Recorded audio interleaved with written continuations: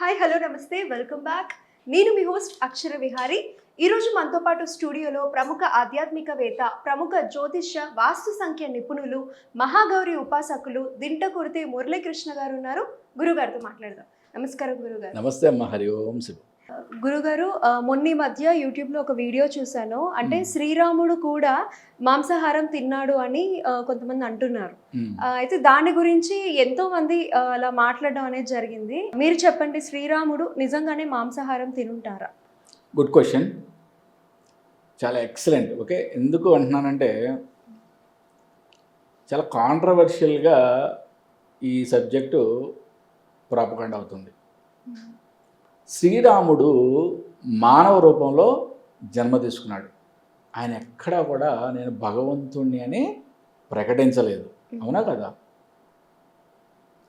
ఆయన మానవ రూపం తీసుకుంది ఏ కులంలో జన్మించాడమ్మా? క్షత్రియ కులంలో, అంటే క్షత్రియ వర్ణంలో ఆయన జన్మించాడు. క్షత్రియులకి మాంసం తినే అధికారం ఉందా లేదా? ఉంది. సరే, వాల్మీకి రామాయణంలో ఎక్కడా కూడా దాని గురించి ప్రస్తావన లేకపోయినా నువ్వు అడిగిన క్వశ్చన్కి నేను క్వశ్చన్ వేస్తున్నా. ఓకే, భగవంతుడు మానవుని రూపంలో వచ్చి తను భగవంతుడుగా ఎలా ఉండగలను? అత్యంత శక్తివంతమైన రావణాసురుణ్ణి మామూలు మానవుడు సంహరించి ఎక్కడో ఉన్న లంకా నగరానికి సముద్రం మీద వారధి కట్టి వానర సేనను తీసుకెళ్ళి మామూలు మానవుడు చంపి నిరూపించాడు కదా. అంటే ఆయన భగవంతుడిగా ఆయన యొక్క జీవితాన్ని నిరూపించి చూపించాడు. ఆయన ఎక్కడో కూడా నేను భగవంతుడిని అని చెప్పలా. బట్ కృష్ణ పరమాత్ముడు ఆయన జీవితంలో చిన్నప్పటి నుంచి చెప్తున్నాడు. ఆయన అరే నేను భగవంతుంటరా బాబు అని, నా దగ్గరికి ఎవరు రావద్దురా అన్నాడు. ఆయన పోతను వచ్చింది, ఆ రాక్షసు ఈ రాక్షసు అందరిని కొట్టి కొట్టి చంపేశాడు. సరే, పెద్ద అయిన తర్వాత కూడా చెప్పాడు అందరికీ, దుర్యోధనుడికి చెప్పాడు అందరికీ నేను భగవంతుంటరా అన్నాడు. దుర్యోధనుడు ఎవరిని కోరుకున్నాడు? నాకు సైన్యం కావాలన్నాడు. కృష్ణుడు నువ్వేం చేస్తావు? నువ్వు నాకు వద్దు, నువ్వేం చేయనంటున్నావు కదా, నువ్వేం చేస్తావు? రథం తోలుతానంటున్నావు. నువ్వు ఆయురు, నాకు ఉపయోగం ఏంటి? నాకు ఏమొద్దు, నాకు మొత్తం సైన్యాన్ని ఇవ్వు అన్నాడు. మరి ఎవరు గెలిచారు చివరికి? దేవుడు ఎవరి పక్కన ఉంటే ఆయన గెలిచేది. ఆయన దేవుడు అని క్లియర్గా చెప్పాడు అక్కడ. ఓకే, ఏ యుగంలో అయినా సరే మనకి రామ అవతారంలో ఎక్కడో కూడా భగవంతుడు నేను భగవంతుని యొక్క రూపము, నేను భగవత్ స్వరూపం ఎక్కడ చెప్పలేదు. కానీ వాల్మీకి రామాయణంలో కూడా ఎక్కడ ఈ ప్రస్తావన లేదు. కానీ నేను ఒక క్వశ్చన్ అడుగుతున్నాను. క్షత్రియ వర్ణంలో పుట్టిన రాముడికి మాంసాహారం తినే అధికారం ఉంది. అధికారం తర్వాత సంగతమ్మా. ఇప్పుడు కొన్ని అంత పెద్ద రాజ్యాన్ని కాపాడాలంటే దేహదారుడ్యం ఉండాలవుతా. కాబట్టి వాళ్ళకి తినాలి. ఒకటి, అసలు తిన్నారా తినలేదా అని పక్క పెట్టండి. ఫస్ట్ ఆఫ్ ఆల్ రాముడు ఏం చేశాడు అవన్నీ పాటించాలి కదా. ఫస్ట్ మనం ఏకపత్ని వ్రతుడు. ఓకే, ఎప్పుడు అబద్ధం ఆడలా, ధర్మాన్ని తప్పలా, తల్లిదండ్రులను చక్కగా చూసుకున్నాడు. ఇవన్నీ పాటించి ఆడమంటారా బాబు మీరంతా? అంతేగాని రాముడు తిన్నాడా లేదా, రాముడు తిన్నాడు కాబట్టి దేవుడు ఎలా అవుతాడు, పిచ్చి కాంట్రవర్షియల్ క్వశ్చన్స్ కాదు. ఓకే, రాముడు ఏదైతే పాటించి చూపించాడో, ఆయన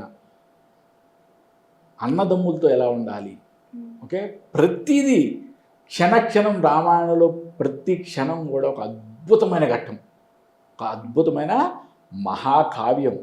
ఓకే, మనం ఒక పారాగ్రాఫ్ నుంచి ఎన్నో అద్భుతమైన అనుభూతులు పొందొచ్చు రామాయణంలో. అటువంటి మహా గొప్ప రామాయణంలో నుంచి తప్పులు వెతకడం కాదు, దాంట్లో ఉన్న మంచిని గ్రహించే రామాయణం అనే కాదు తల్లి. ఓకే, ఇప్పుడు మనతో ఒక డిస్కషన్ చేసుకుంటున్నాం. నువ్వు ఒక 10 నిమిషాలు నువ్వు మాట్లాడావు. నువ్వు మాట్లాడిన దాంట్లో నాకు ఏదైనా చెడు అనిపిస్తే ఈ చెవుల్లోంచి వదిలేయాలి. నువ్వు చెప్పిన దాంట్లో మంచి ఉంటే నేను గ్రహించాలి, అంతవరకే తీసుకోవాలి. అంతేగాని రాముడు పుట్టాడా లేదా, కృష్ణుడు పుట్టాడా లేదా, ఇక్కడ ఉన్న గ్యారంటీ ఏంటి? ఓకే, మన సనాతన ధర్మంలో ఎంతో గొప్ప ధర్మంలో రామాయణం ఇతిహాసం జరిగింది, ఓకే, భారతం ఇతిహాసం జరిగింది, దీన్ని కొట్టిపడేయడానికి ఏదీ లేదు, ఓకే. ఇది రుజువులతో సహా ఆల్మోస్ట్ బయటపడే, ఓకే, అన్ని మిగతా కూడా ఏమైనా ఉంటే కూడా బయటపడతాయి. బట్ ఉన్న ఏంటి కోడిగుడ్డు మీద ఏకలు పీకుతా ఉన్నట్టు ఏవేవో కాంట్రవర్షియల్ సబ్జెక్ట్స్ బయట తీసుకురావడం కాదు, దాంట్లో ఉన్న అద్భుతమైన నీతిని మన యొక్క జీవితంలో ఇంప్లిమెంట్ చేసుకొని మన యొక్క జన్మని సార్థకత చేసుకోవాలి తప్ప, ఓకే, ఆయన మాంసం తింటే నీకెందుకు, మాంసం తినపోతే నీకెందుకు. ఆయన యొక్క మానవ జన్మ ఎత్తి భగవంతుడు ఎలా అయ్యాడని చూపించాడు.